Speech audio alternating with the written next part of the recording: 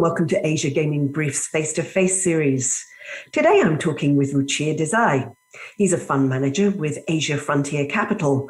And as we get towards the end of the year, we're going to be looking at the region and the tourism industry from an investor's perspective. We're going to be focusing in particular on some of the frontier markets and the reopening of international tourism. Thanks very much for joining us today, Ruchir.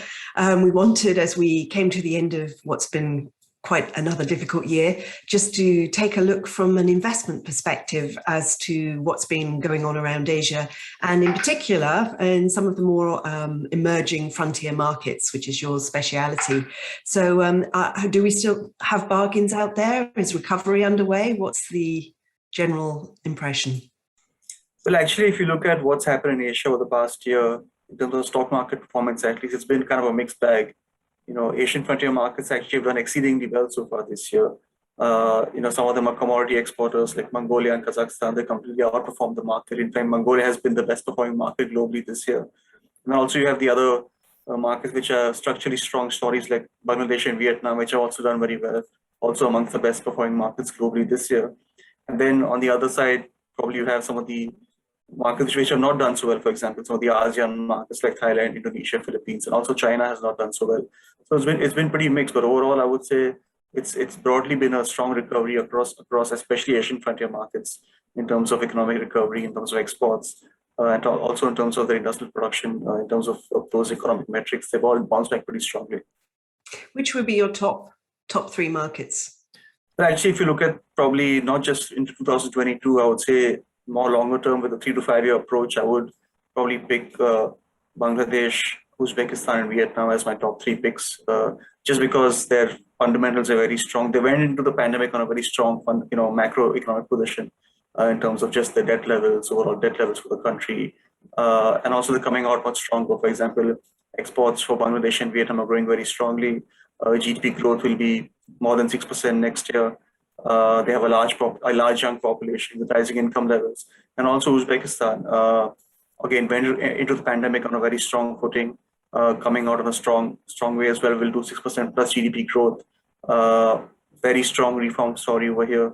They're just doing much more reform than many other probably countries globally. Okay, obviously from our perspective, we're quite focused on the tourism industry, so I'd be very interested to get your perspective in how you see the tourism recovery unfolding. Actually, in some markets in our universe, it's already unfolding quite strongly. So, of course, Cambodia also is part of a universe, but at the same time, we have also Maldives and Sri Lanka as part of the universe. And if you look at Maldives, in fact, Maldives has been open to tourists since July 2020. And as a result of the vaccination picking up probably globally, especially Western Europe, the US, and also within Maldives, they've seen a very strong recovery in tourist arrivals. In fact, over the last couple of months, they've almost gone back to pre-pandemic levels. And now we're entering the peak season for Maldives in terms of the tourist season, which runs up to April 2022. So I think those numbers will only increase going forward because some of the hotel companies that we speak to, they basically have a full house or very strong bookings going into the next 3 or 4 months. And even Sri Lanka, starting off from very low base, they had a pretty serious outbreak of COVID earlier this year, but even their vaccination rates are very high. Now, almost 65% of the total population is fully vaccinated with 2 jabs. And they've seen a slight pickup in tourist arrivals, not very high, but they're doing strong numbers for the month of November. And I think if you give them some time as we enter the peak season, you'll see those numbers pick up as well. So I would say Maldives and Sri Lanka should continue to see a strong rebound in tourism going into next year. You have some tourism stocks in Vietnam in your fund, is that right? That's right. So the story in Vietnam, of course, it was a very important market in the ASEAN region for international tourism pre-COVID. Of course, post-COVID, they've had pretty strict lockdown and they've been very strict with international arrivals. And the country itself had a pretty serious outbreak earlier this summer, which kind of locked down many major cities for a couple of months. And obviously that hurt just in general domestic travel across the country. But now even Vietnam is seeing a very fast pace of vaccinations. In fact, I would say almost 60% of the adult population is fully vaccinated, and they want to vaccinate a majority of the population by early next year, which is good for just in general opening up the economy. And already the economy has kind of generally opened up to travel again in terms of flights and domestic flights, etc. So, keeping that in mind and keep seeing the potential earnings recovery for some of the domestic tourism companies which are listed on the stock exchange in Vietnam. We focused on, we recently bought for our fund 2 companies which focus particularly on, I would say, domestic tourism. And how important is this reopening to international tourism for the developing market economies? Actually, it's actually very important, especially for countries like Maldives and Sri Lanka, which are so dependent on the tourism industry, especially Maldives, which is, I would say, majority of their GDP pre-COVID was dependent on the tourism sector. And even Sri Lanka, they were, I think 5 or 6% of their GDP was being generated by the tourism sector, which was getting them, foreign exchange inflows of about $5 billion a year. And it's especially critical for them now, given the macro situation they are in terms of their weaker macroeconomic situation compared to other countries in terms of their foreign exchange reserves and their upcoming prepayments for the external liabilities. So if they can restart the sector over the next, say, 6 to 9 months, that would really help them not just help the tourism sector, but I would say help the entire country, because it really help them build up their foreign exchange reserves over the next, say, a couple of quarters. And even for some of the other markets like Vietnam, tourism is important sector.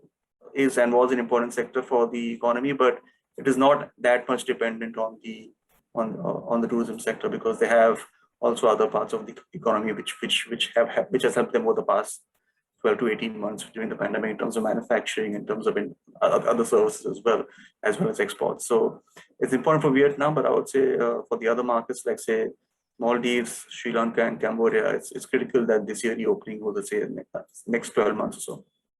Okay, of course, the big elephant in the room is that it appears that China has given no sign whatsoever yet that it's prepared to back away from its zero COVID policy.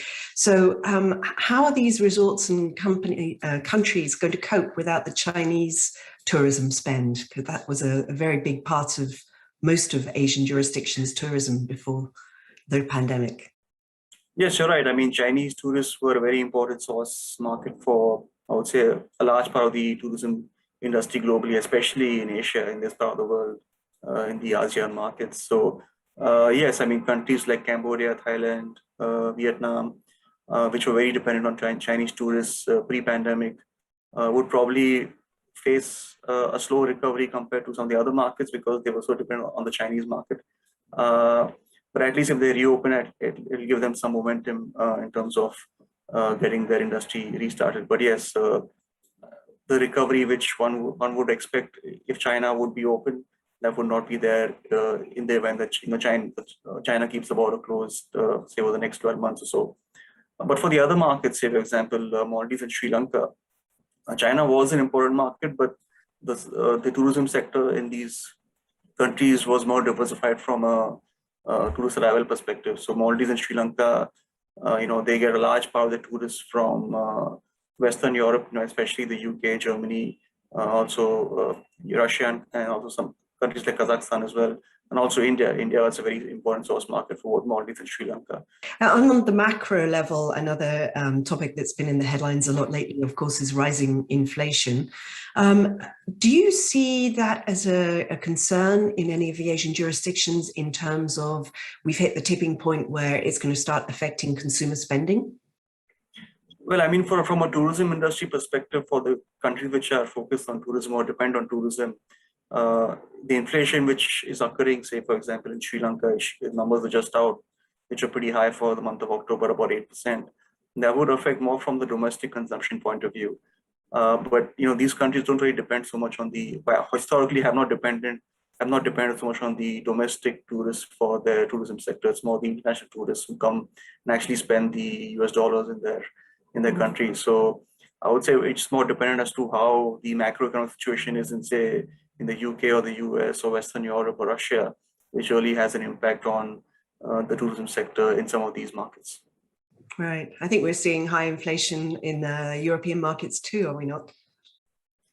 True, that's a good point. But at the same time, I think given the fact that many people have not really had a chance to travel and they can make advanced bookings at the same time, I think The pricing for the resorts as well, or the hotels, Sri Lanka and Maldives, is not as high as it was in pre-pandemic levels, because even they want to fill up their occupancies and increase their occupancies.